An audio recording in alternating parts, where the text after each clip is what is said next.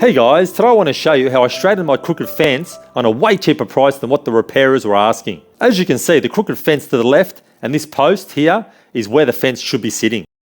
Here's a few diagrams of why my fence has gone crooked. The diagram shows the soil line from my neighbour's side of the fence is significantly lower comparing it to the soil line of my side of the fence, causing the fence to fall towards my neighbour's side due to the ground being uneven. As you can see, the post was only put in around 400mm deep, and because of the unevenness of the two properties, technically all the posts are only around 200mm into the ground. This is nowhere near enough to hold a fence straight. So what I'm going to do is get this fence back up to scratch with 3 new 3-metre posts way deep into the ground that will be stronger enough to hold my fence straight for years to come. And this is how I did it. First, I'll begin by placing metal stakes into the ground. Then I'll attach ratchet straps to the fence as seen and connecting them to the metal stakes. This will be later on used to pull the fence straight while also holding the fence from not falling down any further. Then I'll dig out any dirt from around the old posts to get the soil and old concrete out of the way in order to loosen these posts like a wobbly tooth so the fence can be straightened later on. Then I'll add 3 bigger new 3-metre posts in between the old posts and place these new posts around 800mm deep, or even more if I can reach down deep enough from my soil line to completely lock the post strong into the ground. So the tool I used for digging was this purchased jackhammer and spade attachment, as I had hard clay in my backyard and a normal spade just wasn't going to do the job. You could also use a spade, rent a motorised hole digger, a post hole digger, or even a post hole pincer, depending on your soil or your preference and your budget.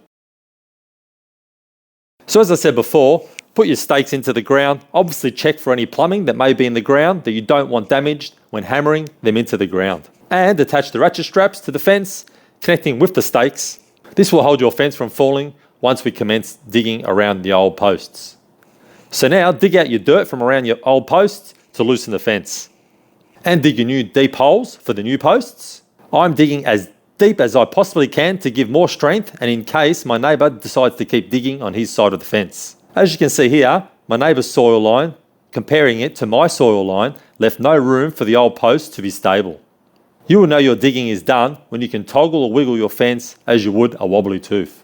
Then I'm going to place my new posts in the ground and get a leveller to make sure that it's level and straight. Then I will ratchet strap the fence tight till it reaches the new posts. I'll draw a line and cut out where the new posts and the frame rail of the fence will meet.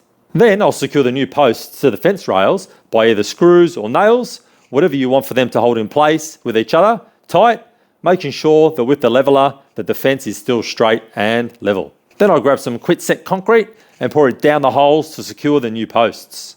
Again, making sure that it's level, as once the concrete is set, you cannot straighten your fence anymore. I myself will leave it for a few days for the concrete to fully set and harden before I release the ratchet straps from the fence.